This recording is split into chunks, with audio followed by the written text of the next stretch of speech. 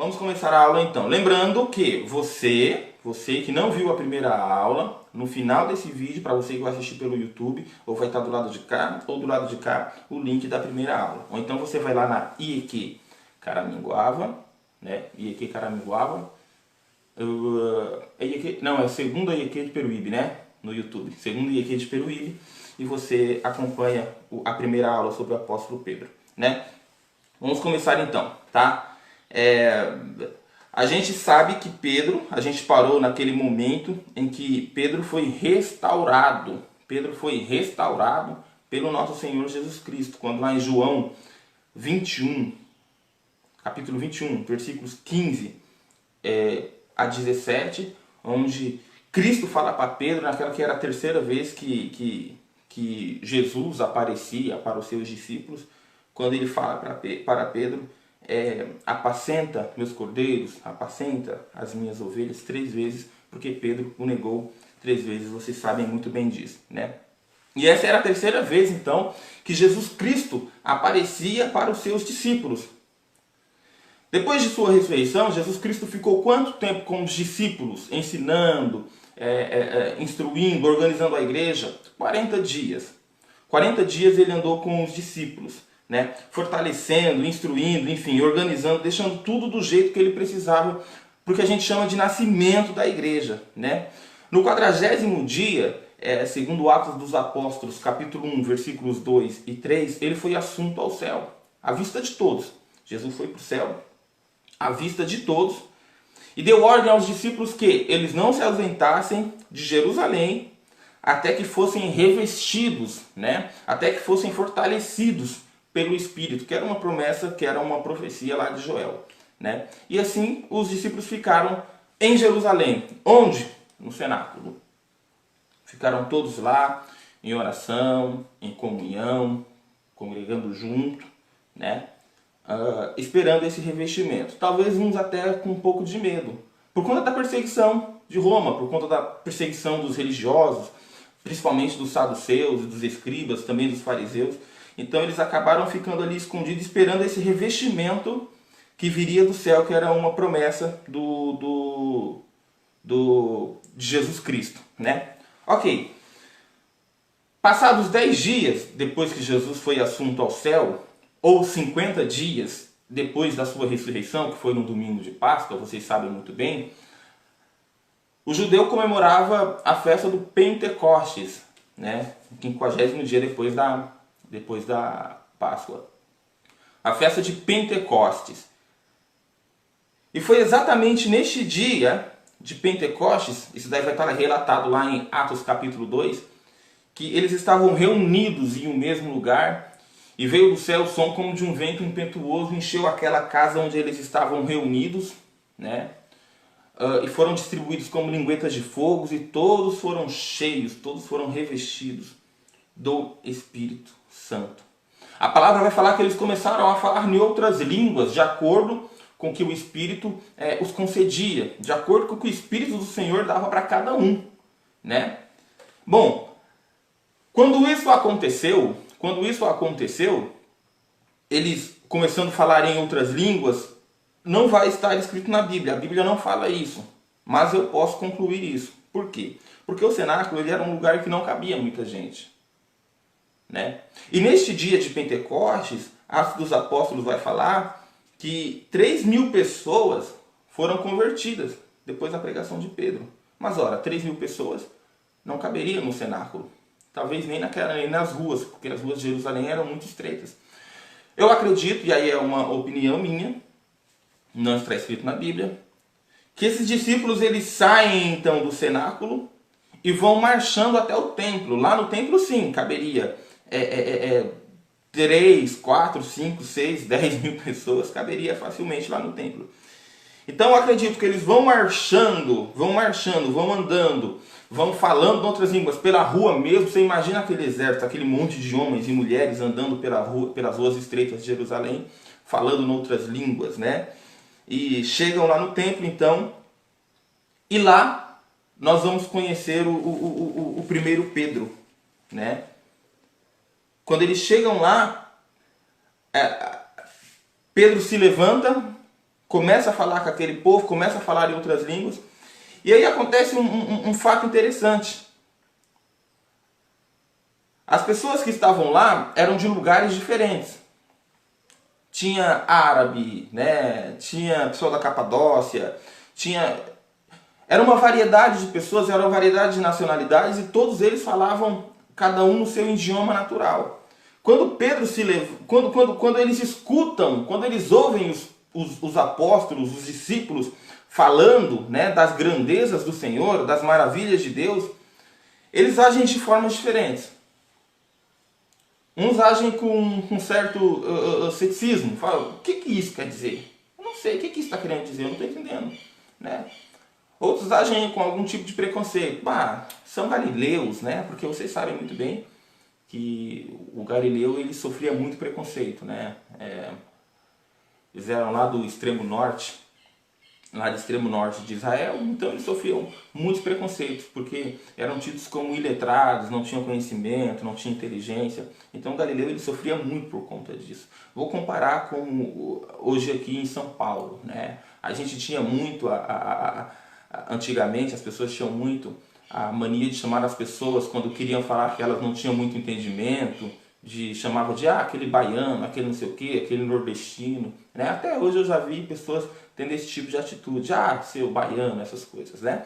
Então, por exemplo, quando Pedro começa a falar em outras línguas, outros discípulos falando em outras línguas, alguns acham com preconceito, falam, são galileus, né? Esses homens são galileus, são nordestinos, são do norte, esses caras não entendem nada, esses iletrados aí.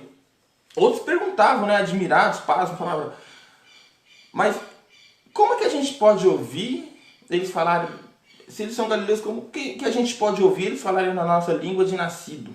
Outros pensavam que eles estavam bêbados, né, tão embriagados. Então Pedro se levanta, depois de ser batizado pelo Espírito Santo, depois de receber o revestimento que veio do céu, Pedro se levanta e prega a palavra pela primeira vez depois desse revestimento do Espírito Santo. Né? Pedro vai pregar e ele vai falar algumas coisas. Primeira coisa, ele vai defender, olha, vocês estão pensando que a gente está bêbado, mas não tem ninguém bêbado aqui não. Né? Às vezes nós que somos evangélicos, as pessoas pensam que a gente é meio pancadão das ideias, né? Ele tem tudo para ele é Deus, tudo é Jesus Cristo, tudo que acontece na vida dele é Jesus Cristo, mas realmente é Jesus Cristo. As pessoas pensam que a gente é meio louco da cabeça porque atribui tudo a Deus. Mas a palavra diz que por ele, para ele, por ele são todas as coisas, então é dele. Tudo é dele, pronto, né? Então, eles pensavam, estão bêbados, né? Então Pedro se levantou com ousadia. A gente conhece o primeiro Pedro, que era um Pedro ousado e eloquente. Ele se levanta e fala, olha, nós não estamos bêbados, né? Depois ele prega que, olha, isso daí é o cumprimento de uma profecia, da profecia do profeta Joel, né?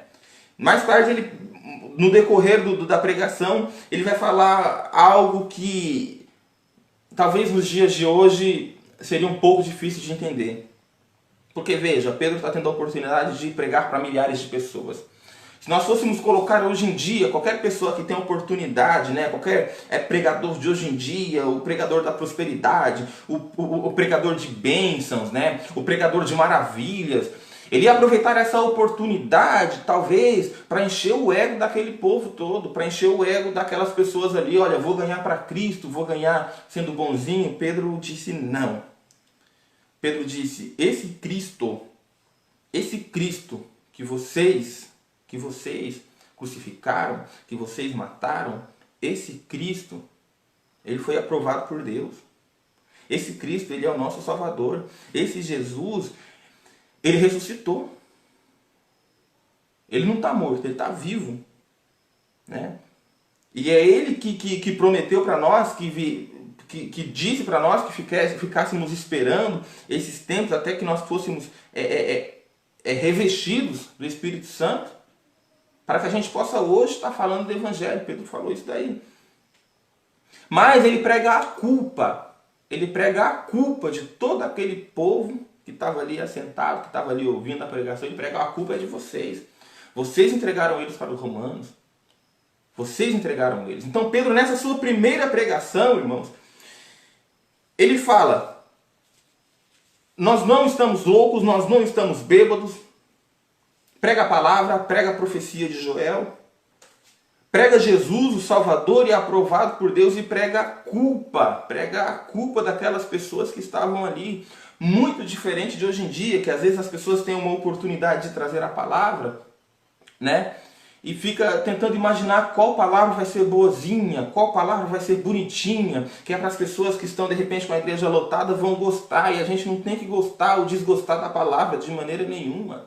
A palavra tem que entrar na gente, tem que trazer na gente arrependimento, tem que trazer na gente a convicção que nós somos pecadores, que nós erramos todos os dias, que nós somos dependentes de Jesus, que nós somos dependentes de Deus. E que todas as coisas que acontecem no mundo e aconteceram é por culpa da humanidade, não de Deus, porque Deus é perfeito, o homem que é imperfeito. Então Pedro, nessa primeira oportunidade, ao invés dele encher o ego do povo, que é o que aconteceria hoje em dia, ele prega a palavra firme, verdadeira, e do arrependimento, e a palavra da culpa, né? Bom, a palavra vai falar em Atos 2, versículo 41, que com essa pregação 3.000 pessoas foram convertidas. 3.000 pessoas convertidas na primeira pregação de Pedro. A primeira pregação de Pedro foi uma pregação de exortação. Foi uma pregação de chamar atenção. Foi uma pregação do pecado, né? O batismo com o Espírito Santo, hoje em dia, meus irmãos, as pessoas confundem muito. As pessoas têm uma dificuldade muito grande de entender o que é realmente o batismo com o Espírito Santo. Vou te dar um claro exemplo. Eu já vi muito disso. As pessoas, depois de serem batizadas, entre aspas, né, com o Espírito Santo, aí ela fala: agora eu sei falar línguas, agora eu rodopio, agora eu deito no chão, eu levanto, eu deito de novo, eu dou mortal para trás, eu dou mortal para frente, eu passo por baixo do banco, eu faço isso, eu faço aquilo. Isso daí não tem muito a ver com o Espírito Santo não, tá? Mas eu choro, eu isso, eu aquilo, não. Porque se você for ver a palavra, você vai ver que o Espírito Santo, depois do batismo, a primeira atitude de Pedro foi ter ousadia para pregar a palavra. Ele foi eloquente. Ele não temia mais a sua própria vida, nem a vida de mais ninguém. À medida que o Espírito Santo desceu sobre eles, ele teve o discernimento pelo Espírito Santo de interpretar que aquilo que estava acontecendo era profecia, era as escrituras, era uma promessa, era uma profecia que estava escrito lá em Joel. Então ele entendeu, né? Eu digo para você que a maior prova do Espírito Santo, do batismo do Espírito Santo na sua vida, não é o falar em línguas, de maneira nenhuma. Não é o cair no chão, não é o rodopiar, não é nada disso. Isso daí é tudo externo, né? A maior prova do Espírito Santo dentro de você é a ousadia para falar da palavra de Deus. Independente do quanto você conhece, isso daí não significa nada. Pouco ou muito, não importa. Pedro era iletrado. Pedro não tinha muito conhecimento teológico. Mas o Espírito Santo dentro dele fez com que ele tivesse ousadia para se levantar no meio de todo o povo e falar da palavra. Esse é o batismo no Espírito Santo, né? O Espírito Santo revelou para ele que o que estava acontecendo era a promessa de Deus. Isso é batismo no Espírito Santo. O Espírito Santo revelou para ele que aquele Jesus realmente era o Salvador. O Espírito Santo mostrou para Pedro que a palavra a ser pregada não poderia ser uma palavra de enchimento, né, para as pessoas. Era uma palavra de exortação, porque aquele povo estava precisando de entender o quanto eles eram culpados pela morte de Cristo. Isso é batismo no Espírito Santo. Agora a pessoa é batizada no Espírito Santo, no entanto, você é batizado no Espírito Santo às vezes dentro da igreja, e na rua não é. E nas redes sociais não é. Então não é em lugar nenhum, porque o Espírito Santo ele te completa, né? Vamos conhecer o apóstolo Pedro, que era um canal de cura. Depois disso, o apóstolo Pedro também se torna um canal de cura. Atos dos Apóstolos, capítulo 3, vai falar que na porta do templo, Pedro cura um paralítico, né? Vocês conhecem muito bem, tem até o louvorzinho na porta do templo, né? Que Pedro usou o nome de Jesus e o paralítico andou. Esse louvor é muito bom. e vai falar que Pedro cura esse paralítico na porta do templo. O Pedro entrando, né? E aquele paralítico, Pedro e João entrando, e aquele paralítico pede dinheiro, pede esmola, né? Um paralítico que, se a palavra vai falar que ele estava há 40 anos com essa deficiência, era coxo, enfim. E Pedro e João entrando lá no templo para orar, aquele paralítico pede um dinheiro para ele, ele fala, olha, eu não tenho ouro, não tenho prata, mas o que eu tenho eu te dou. Levanta e anda em nome de Jesus. Vocês conhecem muito bem. Então Pedro, a partir desse momento, começa, talvez ali ele fitando os olhos, ele percebeu a oportunidade de operar a primeira maravilha, aquela maravilha de Jesus, que Jesus tinha dado para ele. Ele viu a oportunidade. Quando ele faz isso, uma coisa acontece. Aquelas pessoas começam a admirar Pedro, a querer idolatrar Pedro e João, a seguirem Pedro e João para talvez tocar nele alguma coisa assim, e eles ficam maravilhados com tudo aquilo. E aí Pedro vai fazer a sua segunda pregação. E essa segunda pregação de Pedro também é exortativa, diga-se de passagem. Depois de operar um milagre, né? Ele fala, por que vocês estão maravilhados com tudo isso? Por que vocês estão maravilhados com isso daqui que a gente está fazendo? A gente não está fazendo isso daí por nós não, porque nós não somos nada. Quem está fazendo isso através de nós é o Espírito de Jesus Cristo. Qual Jesus Cristo? Aquele que vocês mataram. Aquele que vocês crucificaram. Né? Aquele que vocês desprezaram. Aquele que vocês entregaram. Então Pedro faz aquela sua segunda pregação, e nessa sua segunda pregação, mais uma vez exortativa. Qual que é o resultado dessa segunda pregação de Pedro, Daniel? Vai estar registrado em Atos dos Apóstolos, capítulo 4, versículo 4. Muitos, porém, que ouviram a palavra, creram, e chegou ao número desses homens de quase 5.000.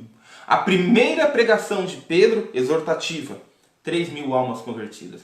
A segunda pregação de Pedro, exortativa, 5.000 almas convertidas. Você sabe por quê, irmão? Porque as pessoas se convertem quando eles entendem que são pecadores. Ninguém se converte sendo abençoado. A verdade é essa. Ninguém se converte na vida boa. Ninguém se converte achando que tem justiça própria. As pessoas só se convertem quando elas têm a noção do pecado. Quando elas conhecem o amor e a misericórdia de Cristo. E quando elas reconhecem, quando nós reconhecemos que a morte de Cristo foi por nossa culpa. Que o sangue derramado de Cristo não é o sangue dele. É o meu e o seu sangue que deveria estar sendo derramado ali na cruz. Que aquele homem que foi pendurado no madeiro não foi por culpa dele, foi por culpa minha e sua. Aí as pessoas se convertem. Antes disso, as pessoas não há possibilidade de conversão. Né?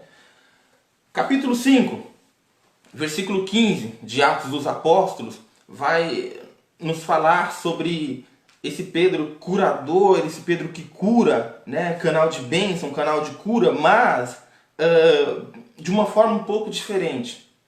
Nós todos falamos que a sombra de Pedro curava. A sombra de Pedro curava, né? Até a sombra de Pedro curava. No entanto, a Bíblia não diz exatamente isso, né? A Bíblia não diz exatamente que a sombra de Pedro curava. Eu faço questão de ler com vocês, tá? Eu faço questão de ler com vocês o que está escrito. Atos dos Apóstolos, capítulo 5, versículo 15. Está escrito assim: de sorte que transportavam os enfermos para as ruas e os punham em leitos e em camilhas, para que ao menos a sombra de Pedro, quando este passasse, cobrisse algum deles. Até das cidades circunvizinhas corria muita gente a Jerusalém, conduzindo enfermos e atormentados de espírito imundo, os quais todos eram curados. Né? A palavra não vai falar que a sombra de Pedro curava, mas fala que as pessoas colocavam as pessoas, os enfermos no caminho. E quando Pedro passava, a sombra de Pedro ia passando por cima daquelas pessoas. E aquelas pessoas pensavam da seguinte forma: se pelo menos a sombra desse homem passar, esse homem abençoado por Deus, esse homem cheio do Espírito passar aqui, eu vou ser curado. Meu amigo vai ser abençoado, né? Nesse sentido. Mas a Bíblia não fala que a sombra de Pedro curava. A pergunta é: Daniel, você acredita que a sombra de Pedro curava? Acredito sim. Por que você acredita? Porque às vezes Deus usa de ações ou objetos para fortalecer a nossa fé e para que a gente demonstre através disso que nós cremos num Deus do impossível através de atitudes nossas, né? Às vezes as pessoas, algumas igrejas, aquelas mais reformadas, né, aquela da que a gente chama da primeira onda, elas até chegam a criticar as pentecostais, que somos nós a Quadrangular, por conta do óleo ungido, dessas coisas, mas é bíblico, tá? Você vai ver que as vestes de Paulo curava, e ali sim é claro em falar que as vestes de Paulo curavam, né? Vai estar lá em Atos 19, versículo 12. Fala que as vestes de Paulo, as roupas de Paulo, né, a toalha que Paulo se secava, acabava curando. Mas não é por conta de Paulo. Era por conta que as pessoas criam tanto naquilo ali, criam tanto que Deus estava no negócio, que acabava curando, né? E as pessoas criam também que a sombra de Pedro curaria, e as pessoas realmente eram curadas, né? Eu só vou falar para você, lá em Tiago, capítulo 5, versículo 14. Tiago 5, 14. Tiago vai falar bem assim: tem alguém enfermo entre vós? Chame o presbítero. E o presbítero vai orar por ele com óleo ungido, com azeite. Está escrito bem assim, que o presbítero vai passar o azeite no enfermo e vai orar por ele, e ele vai ser curado. Eu vou repetir. Tiago, capítulo 5, versículo 14, né? Bom, nós vimos o Pedro, que foi um curador, um canal de bênção, né? Um canal de cura por Jesus. Pedro destemido. E aí a gente vai ver esse Pedro destemido no capítulo 4 até o capítulo 6. Você vai fazer a leitura completa depois e você vai perceber que Pedro se tornou um homem destemido. Destemido a ponto de aqueles que fizeram com que ele negasse Jesus Cristo, agora ele não tinha mais medo de negar Jesus Cristo de maneira nenhuma. Um Pedro destemido a tanto de falar por 2 vezes, pelo menos relatado aqui na Bíblia, e talvez até mais, que não obedeceria o homem, obedeceria a Deus. Só obedeceria o homem desde que o homem estivesse dando ordens que não transgredissem a lei de Deus, né? Muitas vezes as pessoas acham que devem obedecer a lei dos homens. E deve. Não vou falar que não. E deve obedecer a lei dos homens. Desde que essa lei não transgrida a lei, os mandamentos que Deus deu para você. Quando esses mandamentos dos homens transgredirem o que Deus mandou você fazer, o mandamento que Ele deu para você, então você deve obedecer a lei de Deus. Vou dar um exemplo. Capítulo 4, versículo 19. Vou fazer a leitura.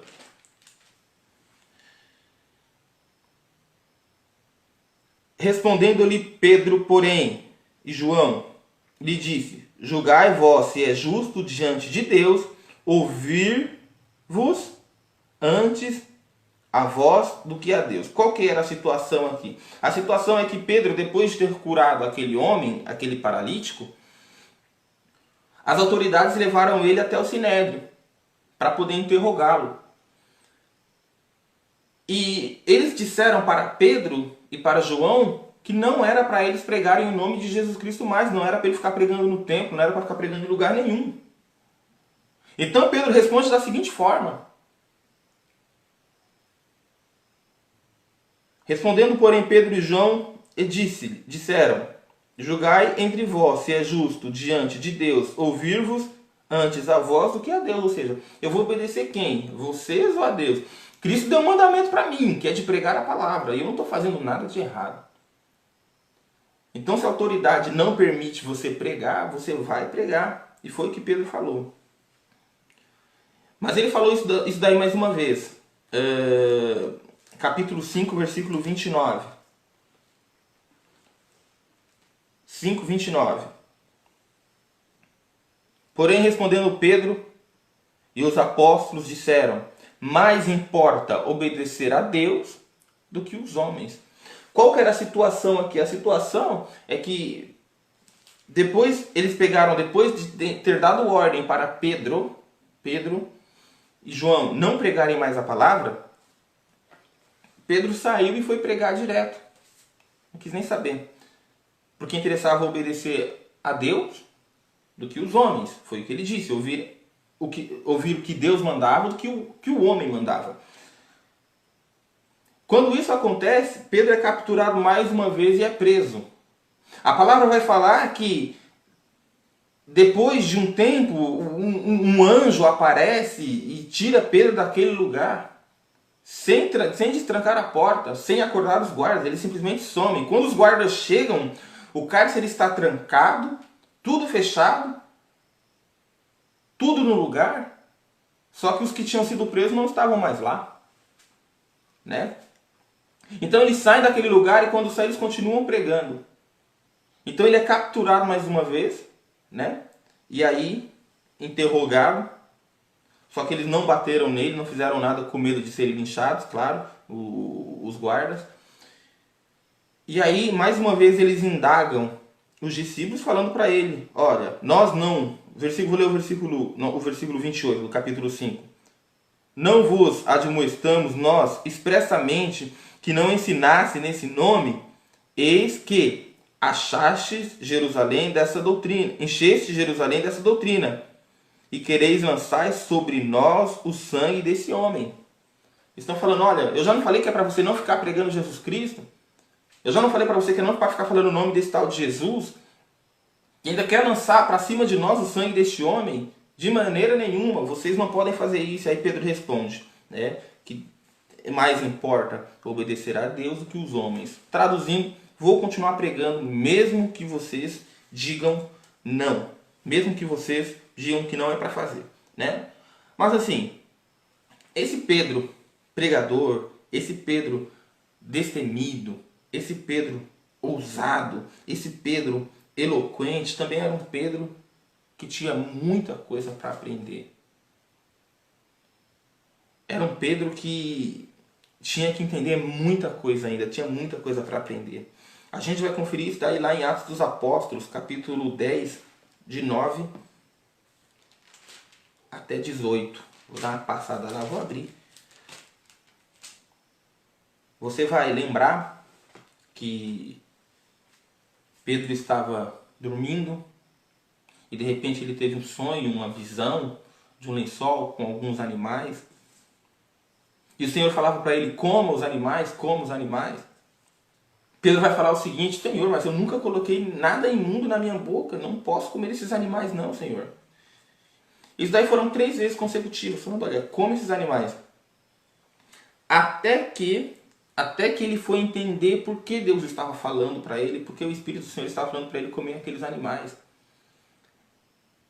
Era porque mais tarde, alguns soldados, alguns servos do centurião Cornélio, iria até a casa de Pedro e pediria para que Pedro o acompanhasse até a casa de Cornélio, né? E quando Pedro vê aqueles homens que não são judeus, são gentios, na verdade ele não poderia nem conversar com aqueles homens direito, não poderia nem deixar aqueles homens entrar em casa, não poderia comer, não poderia orar, não poderia fazer nada com aqueles homens por conta da lei judaica. Então Pedro acaba entendendo mais tarde que aquela visão que ele teve dos animais imundos era Deus querendo mostrar para ele, era Jesus querendo mostrar para ele que apesar dos seus preconceitos, apesar da lei que ainda imperava um pouco na sua mente, um pouco no seu coração, a salvação não era só do judeu, a salvação era de todos. Que o Israel de Deus não era um Israel geográfico.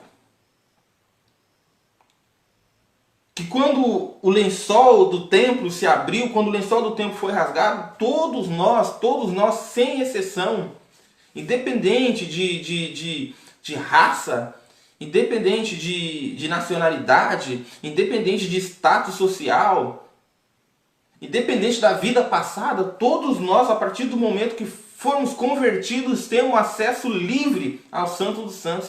Jesus estava querendo mostrar para Pedro isso. Só que o coração de Pedro ainda tinha muitas reservas com os gentios.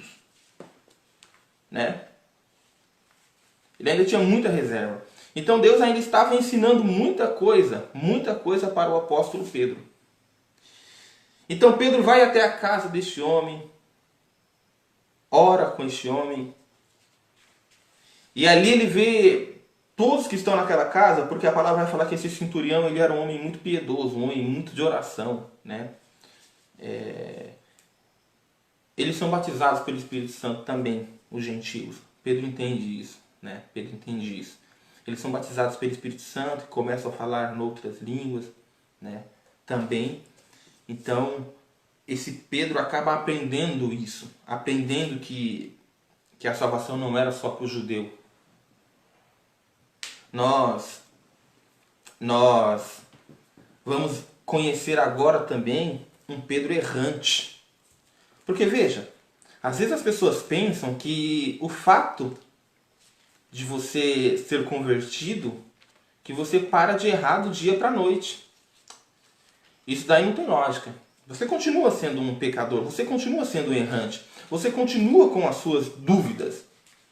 A diferença é que, apesar dos seus erros, apesar dos seus pecados, você se arrepende.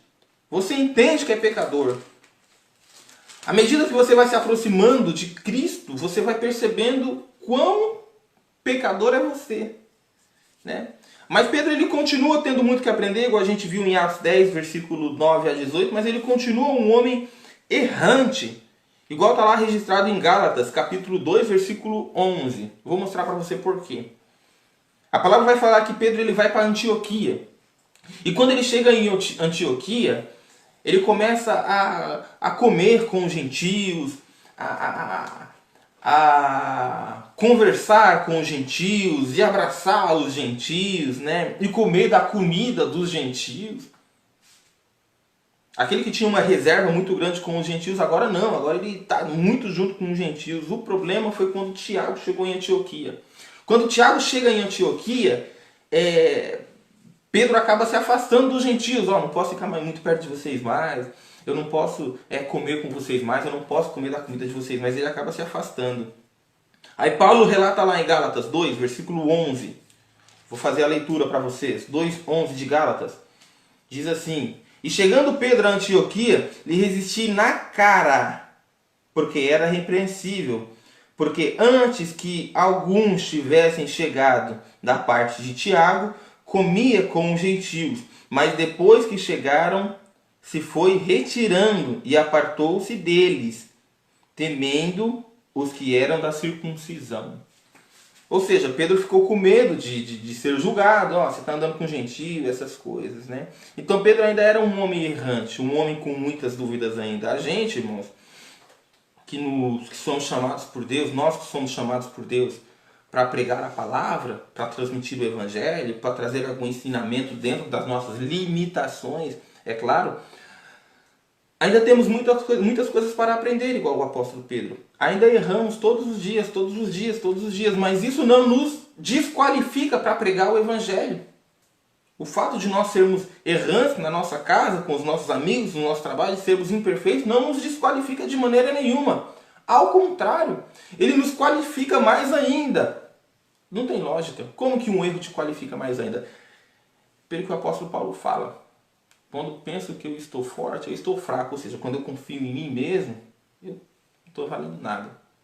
Agora, quando eu percebo que eu estou fraco, aí é que eu estou forte. Por quê? Porque eu dependo do Senhor.